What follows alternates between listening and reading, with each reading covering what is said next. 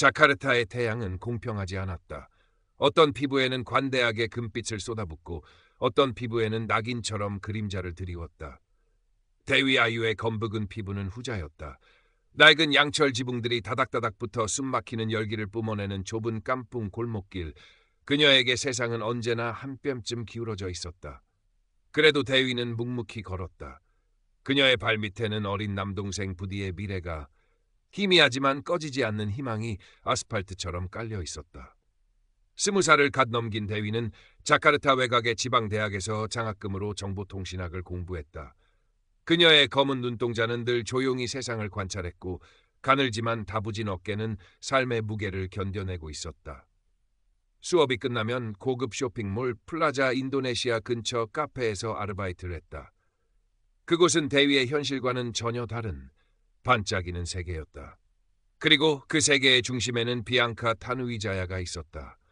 비앙카는 대위와 같은 대학 학생이었지만 그녀에게 대학은 사교와 과시의 장소일 뿐이었다. 눈부시게 하얀 피부, 명품으로 휘감은 몸, 그리고 모든 것을 발 아래 두는 듯한 오만한 눈빛. 비앙카는 대위를 볼 때마다 노골적인 경멸감을 드러냈다. 어머, 쟤 또 왔네. 깜둥이가 여기까지 기어들어와서 무슨 꼴이야. 친구들과의 대화 속에 아무렇지도 않게 섞여 나오는 말들은 비수처럼 대위의 가슴에 박혔다. 대위는 그저 아무것도 듣지 못한 척 뜨거운 커피 잔을 나르거나 테이블을 닦을 뿐이었다. 그녀의 침묵은 비앙카에게 더 큰 즐거움을 주는 듯했다. 어느 날 오후 카페는 유난히 붐볐다. 대위는 조심스럽게 음료가 담긴 쟁반을 들고 테이블 사이를 빠져나가고 있었다. 그때 요란한 웃음소리와 함께 비앙카가 친구들과 함께 카페로 들어섰다. 비앙카는 대위를 발견하자마자 마치 기다렸다는 듯이 과장된 몸짓으로 그녀 앞을 가로막았다. 어이, 거기 내 테이블부터 치워야지. 눈치가 그렇게 없어? 대위가 잠시 멈칫하는 사이 비앙카의 친구 중 하나가 장난스럽게 비앙카를 밀었다. 균형을 잃은 비앙카는 대위 쪽으로 휘청거렸고 대위의 쟁반 위 커피 한 잔이 비앙카의 새하얀 실크 블라우스 위로 쏟아졌다. 순식간이었다. 칵! 이게 무슨 짓이야? 비앙카의 날카로운 비명이 카페 안을 갈랐다. 그녀의 얼굴은 분노로 일그러졌고 커피로 얼룩진 블라우스를 가리키며 대위에게 소리쳤다. 내가 감히! 이 옷이 얼마짜리인 줄 알아? 내칸 년이 평생 벌어도 못 살 옷이라고. 대위는 당황했지만 침착하게 사과하려 했다. 죄송합니다, 비앙카 씨. 제가 부주의했습니다. 닥쳐. 어디서 변명이야. 비앙카는 대위의 뺨을 향해 손을 휘둘렀다. 대위는 본능적으로 고개를 숙였지만 손날이 어깨를 스치고 지나갔다. 카페 안의 모든 시선이 그들에게 쏠렸다. 매니저가 황급히 달려왔지만 비앙카의 기세는 꺾이지 않았다. 전현 당장 해고시켜요. 아니, 경찰에 신고해야겠어. 폭행죄로. 결국 대위는 그 자리에서 해고당했고 비앙카는 보란듯이 새 블라우스를 사러 가겠다며 친구들과 함께 카페를 나섰다. 대위는 텅 빈 라커룸에서 자신의 소지품을 챙기며 터져나오는 눈물을 삼켰다. 억울함과 분노가 심장을 짓눌렀다. 하지만 그녀는 아무것도 할 수 없었다. 비앙카 타누이자야. 그 이름은 자카르타에서 곧 권력이었다. 집으로 돌아오는 길, 대위의 발걸음은 천근만근 무거웠다. 좁은 깜풍 골목길은 여전히 시끄럽고 어지러웠지만 대위의 마음은 텅 빈 듯 고요했다. 그녀는 남동생 부디의 얼굴을 떠올렸다. 10살 배기 부디는 대위에게 세상의 전부였다. 그림 그리기를 좋아하는 부디는 누나가 사다준 낡은 크레파스로 온 세상을 도화지에 담곤 했다. 대위는 부디를 위해서라도 무너질 수 없었다. 그날 밤 대위는 잠들지 못했다. 비앙카의 경멸 어린 눈빛, 잔인한 말들, 그리고 자신의 무력함이 끊임없이 떠올랐다.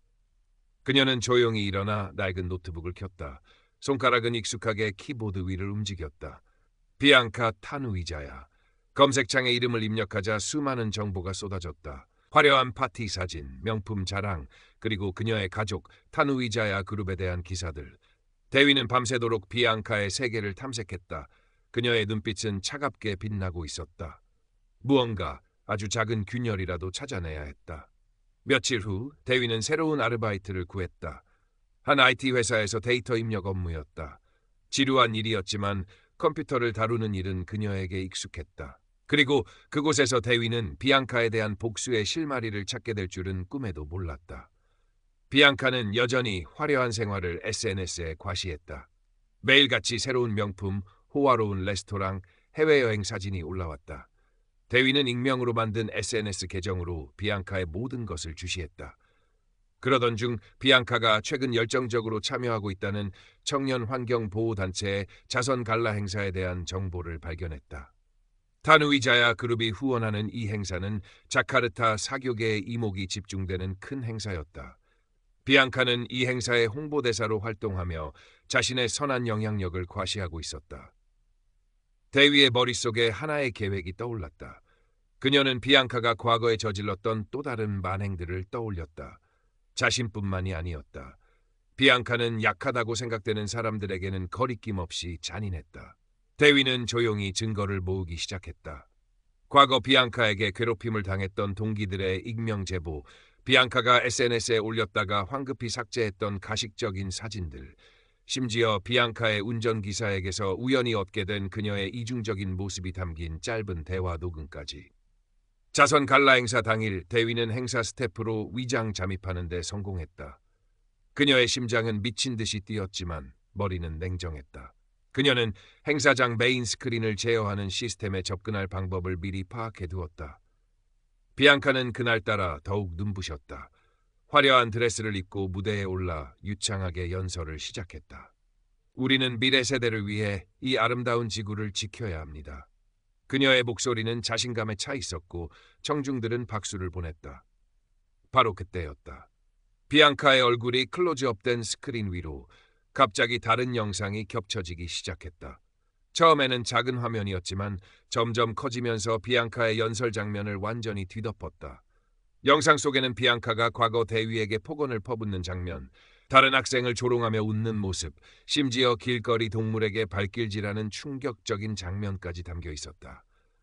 모든 영상은 비앙카 타누이자야의 진실이라는 자막과 함께 편집되어 있었다. 장내는 순식간에 얼어붙었다. 비앙카는 말을 잇지 못하고 스크린을 멍하니 바라보았다. 청중들은 술렁이기 시작했고 기자들의 카메라 플래시가 쉴 새 없이 터졌다. 비앙카의 완벽하게 꾸며진 가면이 산산조각 나는 순간이었다. 아니야, 저건 조작이야. 비앙카는 절규했지만 아무도 그녀의 말을 믿지 않았다.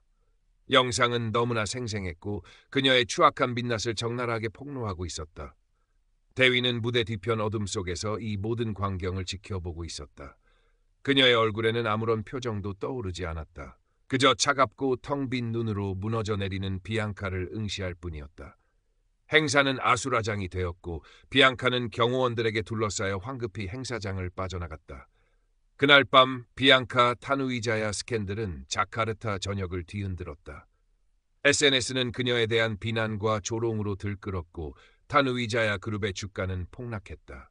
며칠 후 대위는 자신의 작은 깜뽕집으로 돌아왔다. 부디는 누나가 만들어준 새로운 그림 도구로 마당 한 구석에서 그림을 그리고 있었다. 햇살 아래 부디의 미소는 그 어느 때보다 밝아 보였다. 대위는 조용히 동생 곁에 앉았다.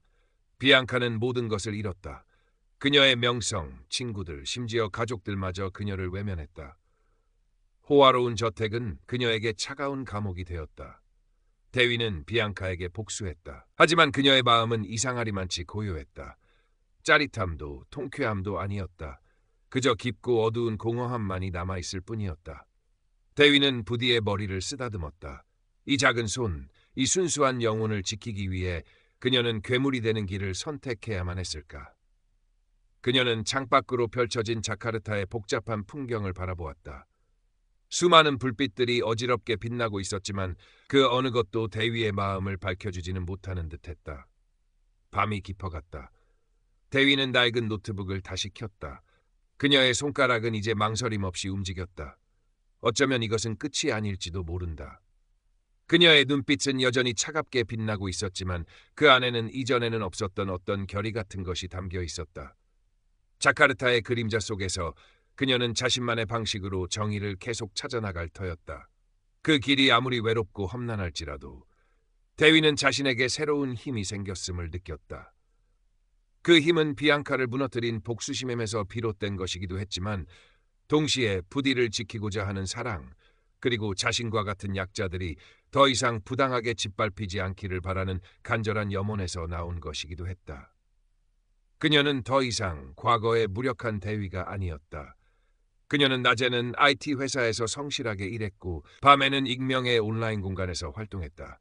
비앙카 사건 이후 그녀에게는 비슷한 처지의 사람들이 보내오는 비밀스러운 제보들이 하나둘씩 도착하기 시작했다. 거대 기업의 횡포, 권력층의 비리, 사회 곳곳에 숨겨진 부조리들. 대위는 그것들을 그냥 지나치지 않았다. 그녀는 철저히 조사하고 증거를 수집하고 가장 효과적인 방식으로 세상에 알렸다. 때로는 날카로운 글로, 때로는 익명의 제보로, 때로는 비앙카에게 했던 것처럼 치밀하게 계획된 폭로로. 물론 위험한 일이었다. 그녀의 행동은 거대한 힘을 가진 자들의 심기를 건드렸고 보이지 않는 위협이 그녀 주위를 맴돌기도 했다. 하지만 대위는 멈추지 않았다. 그녀에게는 지켜야 할 부디가 있었고 자신을 믿고 의지하는 사람들이 있었다. 그리고 무엇보다 그녀 자신 안에 꺼지지 않는 정의에 대한 갈망이 있었다. 어느 날 깐풍에 존경받는 어른이자 길거리에서 작은 가판대를 운영하는 이브시티가 조용히 대위에게 다가와 말했다. 아가씨, 너무 위험한 일은 하지 말게. 자네 몸이 먼저야. 대위는 이브시티의 주름진 손을 잡으며 희미하게 미소 지었다. 걱정해 주셔서 감사해요, 이브. 하지만 괜찮아요. 저는 제가 해야 할 일을 하고 있을 뿐이에요.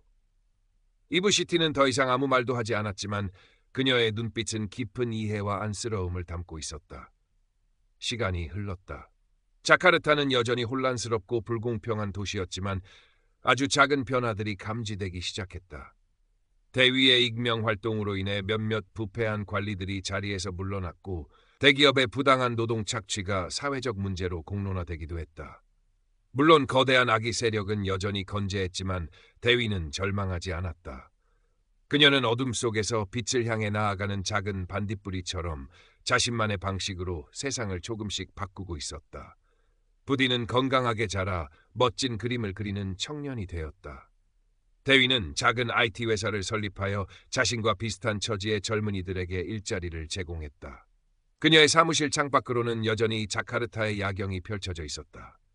그 불빛들은 이제 대위에게 더 이상 절망이나 혼란이 아닌 도전과 희망의 상징으로 다가왔다. 복수는 그녀를 변화시켰다. 그녀는 더 이상 순진한 피해자가 아니었다.